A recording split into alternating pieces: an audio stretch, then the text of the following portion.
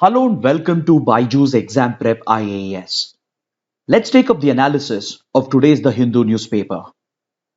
We shall begin by looking at a bunch of articles that deal with the NEET controversy in Tamil Nadu.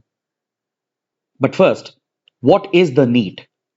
The NEET is a medical entrance examination that is held at an all India level for admission to undergraduate medical and dentist courses. See, the NEET undergraduate entrance examination was introduced in 2013 to replace the All India Pre-Medical Test or AIPMT and several other pre-medical exams that were until then conducted by states and various other medical colleges. But as students were finding it challenging to appear for multiple entrance examinations, the Government of India, along with the then Medical Council of India, decided to introduce a unified entrance examination. But right from its introduction, this entrance examination has been controversial and was even challenged at the Supreme Court. In the initial phase between 2013 and 2018, this exam was conducted by the CBSE, but now it is being conducted by the National Testing Agency. But this examination has been contested on several grounds, and in fact in 2013, the Supreme Court declared it as illegal and unconstitutional before it was restored in 2016 by a constitution bench of the Supreme Court. But following the enactment of the National Medical Commission Act in 2019, the NEET UG exam became the sole medical entrance test, and it provided for the establishment of the National Testing Agency to conduct this exam.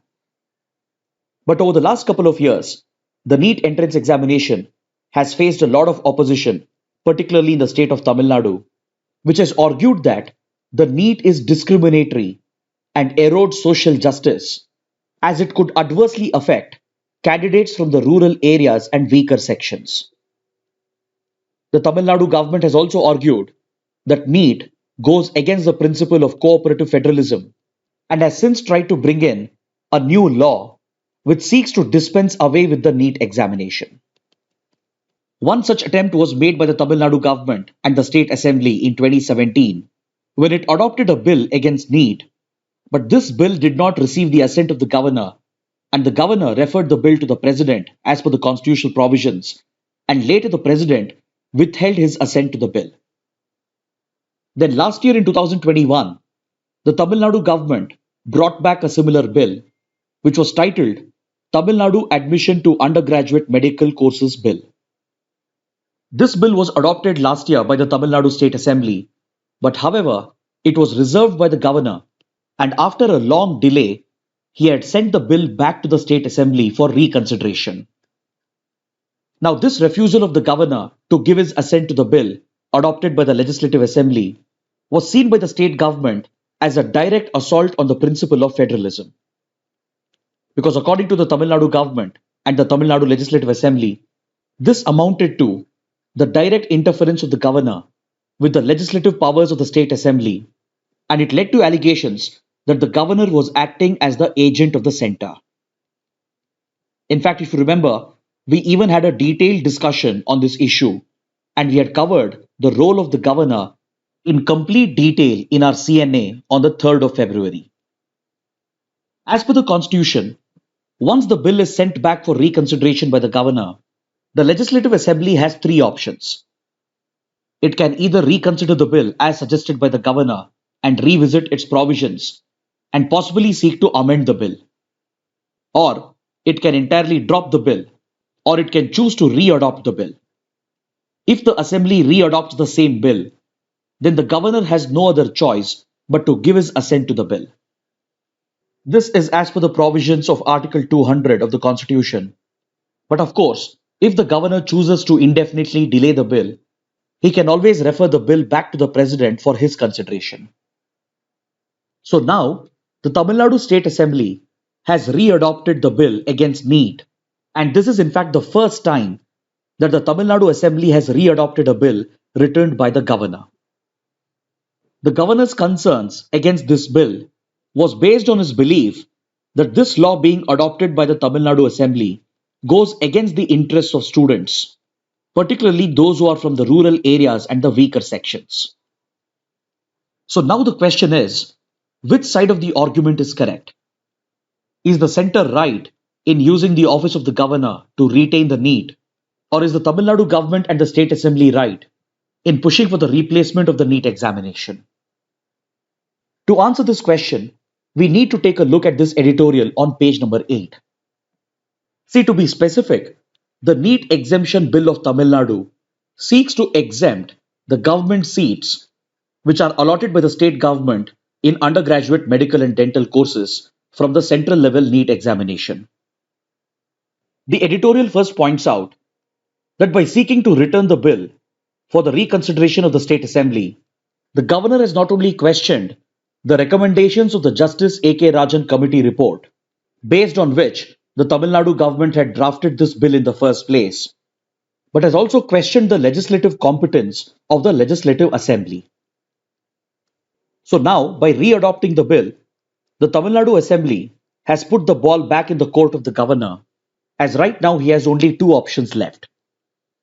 One, either he has to provide his assent to the bill as per the provisions of Article 200, which we just discussed, or of course, he can reserve the bill for the President's consideration, as the matter involved deals with the conflict between the central law and the proposed state law. The editorial says that, either ways, the governor should not delay his decision, and ideally, he has to reserve the bill for the President's consideration, considering the impact of this bill on center-state relations. But what we need to note is that the original intention of India's constitution makers was that the governor under Article 200 should not be having any discretionary power when it comes to giving his assent to a bill adopted by the Legislative Assembly, except for in cases where the state's law is trying to undermine the position of the High Court. But however, of late it has become a constitutional practice for the governor to exercise his rare discretion to question the desirability or validity of a bill and send the bill back for reconsideration by the Assembly. See, it appears that the basis on which the governor had sent the bill back for reconsideration was that he disagrees with the basis of the bill, and to justify his argument, he had even cited how the Supreme Court had upheld the NEET exam, and by doing so, he was questioning the legislative competence of the Assembly itself, which he is not entitled to. See, generally it is not acceptable for the governor to directly interfere with the legislative jurisdiction and competence of the Assembly. Even if the governor personally disagrees with the bill, he cannot go against the advice of the Council of Ministers as mandated by the Constitution, and this has been clearly reiterated by the Sarkaria Commission on Center-State Relations as well. But either ways, the controversy surrounding NEET in Tamil Nadu has to be brought to an end as soon as possible, as this controversy is directly affecting the future of several medical aspirants. See, if you were to take a balanced view, the NEET exam has both its pros and cons. One, it provides for a unified and simplified examination at an all India level and puts in place a more transparent process for seat allocation. But however, few experts have argued that such a unified examination tends to act as a barrier for access to medical education, particularly for medical aspirants from the rural areas and the weaker sections. But the important point to note is that even before the NEET exam was introduced, many of these issues persisted even back then, and the NEET examination has been able to streamline the process. But however, one drawback is that it has cut off the role of state governments in seat allocation, and this is an issue which is debatable. Because see, at the end of the day, the subject of public health is a state subject. And as the state is responsible for delivering public health, ideally it should also have a say in deciding as to who joins medical courses, especially in government colleges. But the NEET exam takes away this right from the state governments, and this is where the Tamil Nadu government has a main point of objection.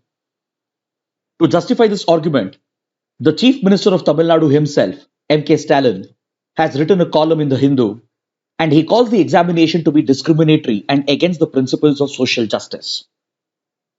He goes on to make the same argument as we discussed with regard to the cons of the NEET examination and with regard to the controversy involving the office of the governor and the state assembly. He says that the NEET exemption bill adopted by the Legislative Assembly is trying to defend the educational rights, particularly that of medical aspirants from rural areas and weaker sections. And it is not only trying to uphold social rights, but is also trying to uphold and protect the federal rights of the government of Tamil Nadu and the Legislative Assembly. Next, on page number 17 of the online edition of the Hindu, there is an article which explains the governor's role in approving a bill. I would request you to go through this column once, as we already discussed this provision, and the topic has even been covered in detail under the fact of the day in our daily quiz. The important point to note over here is that, in the context of the NEET exemption bill, the bill will have to be sent to the president for his assent, as it has been enacted under an entry in the concurrent list on a subject that is already governed by a central law. So as the state's law is in direct conflict with the central law on this subject which has been enumerated in the concurrent list, the governor would be bound to reserve the bill and send it to the president for his consideration. So along with this, I want you to take a look at the provisions of Article 200, which can be very important for both prelims and mains. Now let's look at this column from page number 9, in which the writer, Rajiv Bhargava, brings out the debate between rights versus duties. See, this is a long-standing constitutional debate. The question is, what takes precedence? Is it fundamental rights or fundamental duties? Of late, there has been a lot of debate on this issue, and many have even suggested that as the Constitution guarantees a set of rights to the citizens should also be bound to perform a set of duties, and they even go to the extent of arguing that we need to move away from a rights-based perspective and we need to shift towards a duty-based perspective. So the writer tries to take a stand on this issue by examining the link between rights and duties. He argues that rights and duties are conceptually linked. According to him, they are not independent of each other. Instead, they are linked to each other and they are dependent on each other. He places a proposition that there are no rights without duties, because enjoying any right brings along with it a sense of duty to protect and defend that right. So essentially, if citizens are granted a fundamental right, it means that someone else has a corresponding duty to protect this right. The duty is to ensure that this right of the citizen is not violated, so as to allow the citizen to fully enjoy his right. For example, if the Constitution guarantees right to free speech, or if the Constitution guarantees right to religion, then for any citizen to enjoy these rights, a corresponding duty has to be performed by the state and as well as by fellow citizens in order to defend and protect these rights. So this in itself constitutes a duty upon the state and the citizens. And as you can see, rights and duties share this conceptual connect. So he counters the argument that duties should take precedence over rights.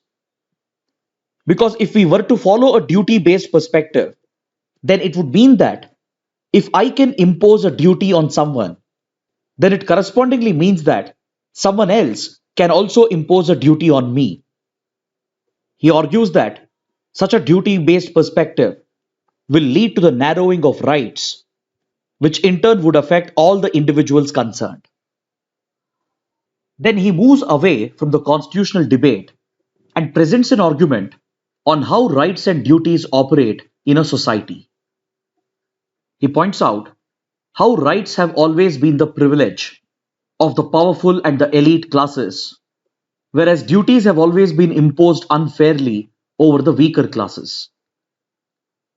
First, he takes a look at patriarchal families and male-dominated societies and illustrates how patriarchal men in the household enjoy the privileges of all rights, whereas placing the burden of duties on the women of the household. To illustrate this point, he even takes a reference from the movie DDLJ, and points out how a patriarchal father imposes his decisions on his daughter with regard to choice of her husband, and how a duty-bound mother doesn't object to this. He even takes the example of inequalities prevalent in a caste-based society and how the upper classes always enjoy rights while continuing to impose duties on the lower castes. He also takes a look at religious orthodoxy and illustrates the gender inequality with regard to rights and duties.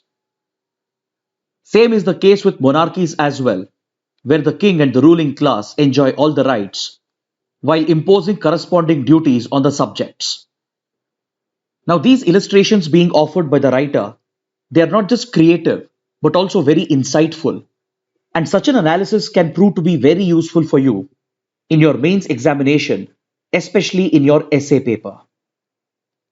He takes the constitutional debate of rights versus duties and applies it to the societal context. Following this, he goes on to illustrate the power of democratic egalitarian societies. According to him, the true power of democracy lies in the fact that it provides for equal distribution of power, which creates a system of equal rights and duties. In such a democratic setup, it is the state which has been mandated to ensure that the rights guaranteed to the citizens are protected, while not linking these rights with the duties of citizens.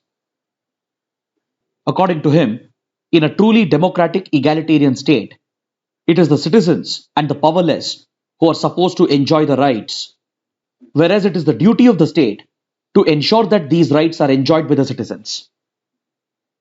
For example, it is the duty of the state to ensure that there is no poverty, there is no disease or unemployment. It is the right of the citizen to raise his voice against the state if it is failing to perform these duties. That is how a constitutional democracy is supposed to function. But if attempts are being made to link the exercise of rights with the performance of one's duties, then it clearly shows an attempt to undermine democracy itself. But at the same time, one cannot ignore the fact that the duties of the citizens are also equally important to allow a democratic state to flourish. But he says that these duties, they go beyond the rights. It essentially means that the exercise of one's rights cannot be directly linked with the performance of duties. Yes, the performance of duties are essential, but it cannot become a condition for enjoying one's rights. For example, the Indian Constitution expects the citizens to perform a set of duties. These are largely moral duties towards the society at large and includes the duty to preserve composite culture, not to destroy natural environment, to develop scientific temper, to safeguard public property, protect India's sovereignty and integrity, etc. But however, these duties are largely moral in nature and they are not obligatory, and hence they are non-justiciable. Whereas fundamental rights, on the other hand, are justiciable in a court of law, and it is the duty of the state to ensure that the exercise of these rights by citizens is not curtailed in an unconstitutional manner. So going by this argument, it would be unconstitutional to link the exercise of one's rights with the condition that they have to perform their duties first. So any argument that democracy has given too many rights to the people leads to suspicion that attempts are being made to disempower the citizens and to weaken their rights by linking them with the condition of performing one's duties. Now let's take a look at this column from page number 8, in which the writer is calling upon the government to increase budgetary allocation or government expenditure for agriculture in order to boost farm incomes. The writer points out that in this year's union budget, the allocation for the agriculture sector has increased marginally by 4.4%. But however, this rate of increase is extremely low if you compare it with current inflation rates, which stands at around 5.5 to 6%. So essentially, the increase in agriculture budget will just offset for the inflation. So to address the challenges facing the agri sector and to boost farmers' income, the writer is calling upon the government to step up its budgetary allocation to the agriculture sector. See, according to a report by the Food and Agriculture Organization, India is one amongst the top 10 countries with regard to government spending on agriculture. India's government expenditure on agriculture constitutes around 7.3% of the total government expenditure. But however, this is extremely low when you compare it with the government expenditure on agriculture of even low income countries such as Malawi, Mali, Nepal, Bhutan, etc. Even upper middle income countries like China and the others spend a higher share of their total expenditure on the agri sector. So this lower share of government spending on agriculture is a matter of concern for India because India ranks very low on the Agriculture Orientation Index. This index was developed as a part of the Sustainable Development Goal number 2, which aims to achieve zero hunger by 2030. To achieve this goal, countries will have to step up their food productivity in order to achieve food security, and this is directly dependent on the performance of the agriculture sector. So this calls for substantial investments in agricultural research, in increasing investments in rural infrastructure, especially logistical infrastructure and other extended services, which are crucial to support the agri sector. It also calls for the deployment of right kind of technology to boost food productivity, and for such initiatives to be taken up, the government spending on agriculture has to go up. See, this index is calculated as the ratio between government spending on the agriculture sector and the agriculture sector's contribution to the GDP of that country. India's performance on this index is extremely poor, which reflects the fact that the government's expenditure on agriculture is not matching with the agri sector's contribution to the country's GDP.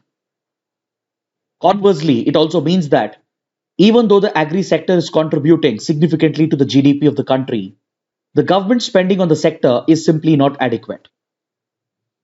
The writer goes on to compare India's performance with other Asian economies. First, she points out that India's performance on the index has improved slightly over the last 20 years. But still, if you compare it with the index of other Asian countries, India performs very poorly. Even when you compare it with other middle-income countries and upper-income countries, India's performance is extremely poor. On the other hand, countries like China, South Korea are doing very well with significant increases in government expenditure on agriculture. India's ranking on the index is just 38th, despite having one of the world's largest populations and despite being an agrarian economy. Now, this is quite concerning because even today, majority of the country's population is dependent on agriculture and agri-related livelihood for their income and basic sustenance. Even though India happens to be one of the world's largest producers of several crops, the farmer's income still happens to be very low, and this is a direct result of the low government expenditure on agriculture. The writer points out that the budgetary allocation is simply not sufficient, and it is showing only a minimal increase because the government has been cutting allocation for key schemes such as crop insurance, minimum support price, and as well as for the market intervention scheme and price support scheme. The allocation has been cut even for the PM Asha scheme or the Pradhan Mantri Annadata Ay Sanrakshan Abhiyan. The scheme was primarily brought in to aid and support the small and marginal farmers, but the inadequate allocation hasn't really made a big difference to the income and livelihoods of farmers. It is also ironic that the government is focused more on cash support schemes such as PM Kisan, while it fails to allocate similar resources for creation of rural infrastructure, which is essential for creating long-lasting assets. Because giving out cash-based support, even though it is desirable in the short term, especially for the most marginalized farmers, It cannot be a substitute for creating long-term assets by incurring a higher capital expenditure on rural infrastructure. In fact, even the National Commission on Farmers had recommended that it is essential for the government to focus on the development of rural and agri infrastructure such as irrigation, transportation, warehousing, cold storage, and other related logistics in order to transform the rural economy and the livelihoods of farmers. Hence, she points out that India's poor performance on the AOI index is a pointer that India still has to strive hard to achieve key sustainable development goals, and especially to achieve the targets with regard to food security and agri growth. India will have to step up its budgetary allocation for the agriculture sector. Now let's take a look at the mains practice questions. The first question: critically examine the controversy surrounding NEET. The second question: rights and duties are conceptually linked to one another. Illustrate the debate. Kindly write an answer to these questions and post your answers in the answer rating portal, for which the link has been given in the description box below. So with this, let's conclude our discussion for today. Thanks for watching.